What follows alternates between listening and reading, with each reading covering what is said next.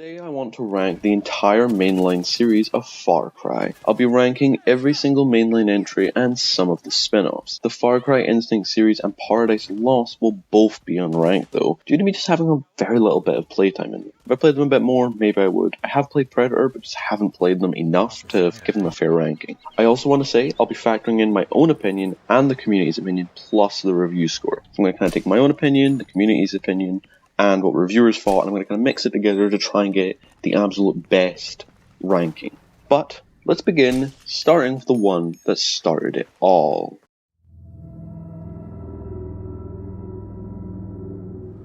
Far Cry released in March of 2004, exclusively on Windows, and was not on any console platforms. It was the only entry also to not be developed by Ubisoft, but instead by Crytek.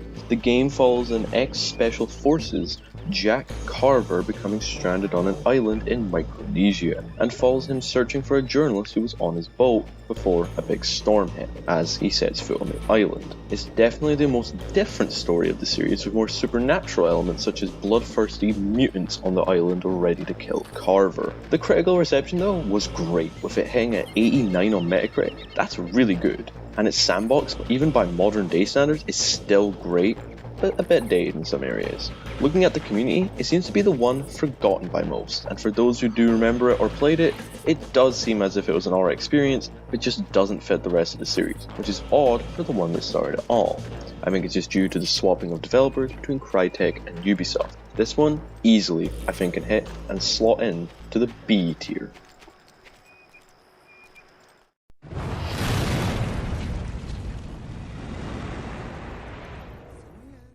Far Cry 2 was the first mainline entry of the series to be developed by Ubisoft, more specifically Ubisoft Montreal, as Montreal has developed every single entry in the series, including the spin-offs, and is almost a completely different game though, compared to Far Cry 1, as Far Cry 2 has very few similarities between the first game and the second.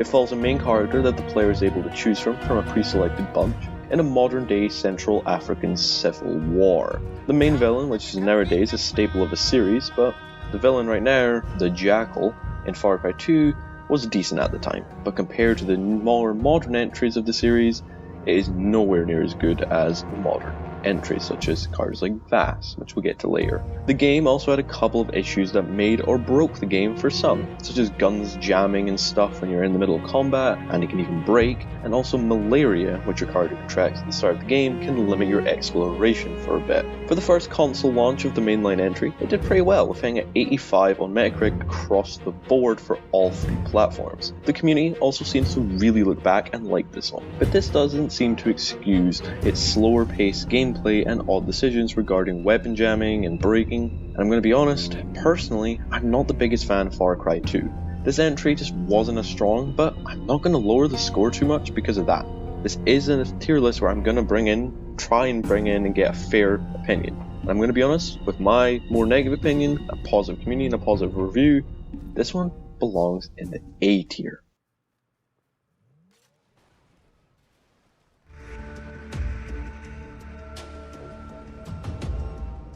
Far Cry 3 released in November of 2012 and follows Jason Brody and his friends landing on the tropical island of Rook Island. It follows Jason attempting to rescue his friends after being captured by Vass and some pirates, and learn how to survive on the island while also living with the more extraordinary natives. This game is easily one of the greatest in the series, hands down. But why, you ask? Vass especially makes this true. Vass was an incredible villain and one of the best villains ever written for a game, and it really makes Far Cry 3's story incredible. However, the second half of the story without Vass is much weaker in comparison, but still good, as, you know, Vass was so good, it's understandable that the second half was going to suffer. But the gameplay also took a massive step up, removing all the annoying realism parts from Far Cry 2 and removed that for a more fun arcade experience that truly shined, and today it's still a joy to play. Critically, it hit an all-time high for the series, hitting a 91 on Metacritic for the Xbox 360, but a lowest of an 88 on PC, simply smashing out the park for the series. The community's in the exact same thought that they loved it. Well, the community loved it, and almost everyone who played Far Cry 3 seems to love it. Ubisoft just simply hit gold with this one. Personally, what's there to say? The game is simply incredible, and it easily, with no doubt in my mind, belongs in the S tier.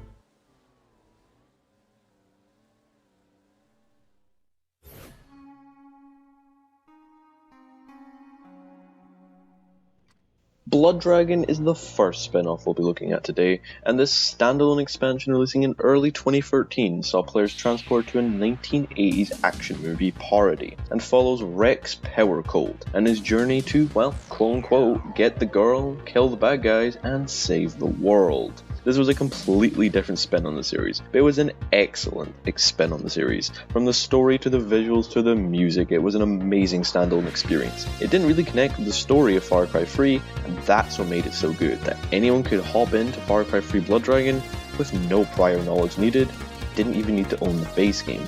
Gameplay wise though, it didn't really shake much up other than adding new guns and, well, the Blood Dragons, which aren't really that good anyway. Critically, it sits around the low 80s range, and not much of a critical darling as Free, but it still was a good rating. Community wise, it shares the same feelings as Free, with it being a beloved entry. Personally, I really like this one as well, so this one has to go in the A tier. I would put an S, but we need to look at the fact the critics weren't too fond of it, and the gameplay innovations were not really there. It was a standalone experience, but still a phenomenal entry, so it really does belong in that A tier.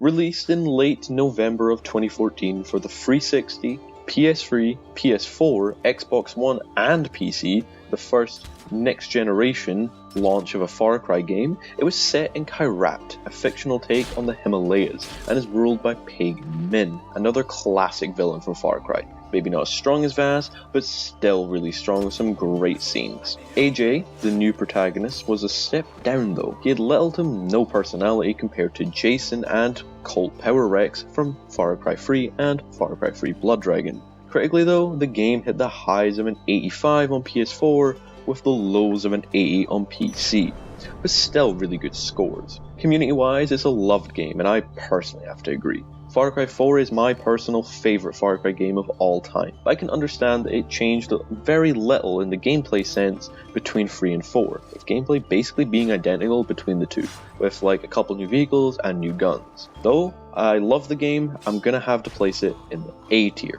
Be an S tier personally for me, but the lack of innovation in gameplay drags it down to an A tier. The exact same problem Far Cry 3 Blood Dragon had.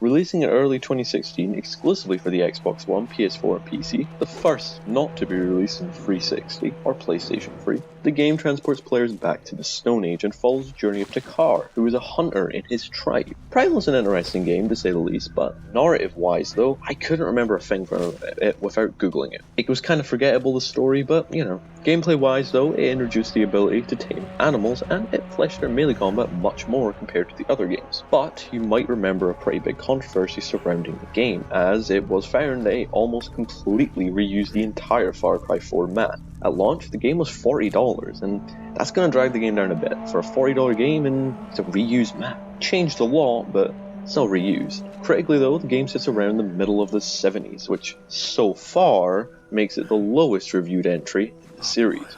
Community also have mixed opinions. Some really love this game and think it's one of the best in the series. However, some hate it. Like me, to be honest. Personally, I didn't really like it very much. Critically, the 70 score I think was perfect. I liked the gameplay ideas, and the concept was very bold for them to take, but I don't think it landed with me personally. You may love it, but I'm going to place it in the C tier.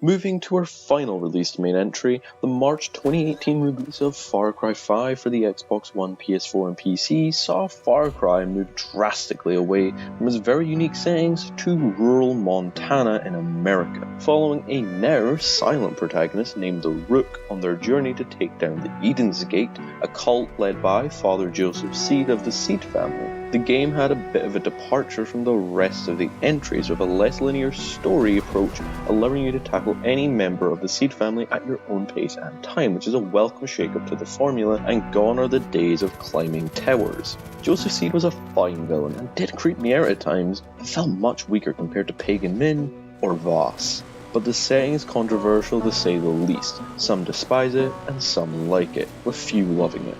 Critically, the game hit low 80s on consoles and a 78 on PC, the lowest scores for a mainline entry yet. The community are also divided on this game, and it seems more negative than positive regarding 5. Personally though, I liked it for a bit. The game, to me, dragged on a bit too long though, and the much smaller number of main story missions for the game dragged the game even further, as there's a lot of repeatable stuff with a resistance meter that really dragged the game down for me. This one belongs in the B tier for me.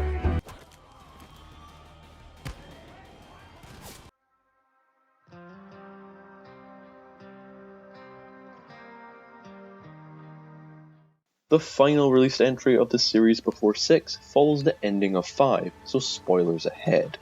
You good? Well, after the nuking of Hope County at the end of Far Cry 5, we follow the survivors of the nuclear war, and they attempt to retake Hope County from the Highwaymen, and the two twin sisters, who I honestly don't even remember their names until googling it, are Mickey and Lou. Easily the worst villains of this series. The main character is another voiceless protagonist, so not a good thing. Gameplay wise, it shaked the formula up quite a bit, to be honest, by forcing in RPG elements such as leveled enemies and guns, crafting and base building. It wasn't popular at all. It simply ruined the game for a lot of people, me included, and the more bright colours and joking nature of the game, with saw launchers and stuff, really put the people off of the game before it even launched. Critically, it sits at low 70s, the lowest being a 71. The community seemed pretty negative around this one, with it mostly being hated by the community. Personally, I have to 100% agree, this game was not it, and I did not enjoy it at all, making me give it the lowest rating of this video, a D tier.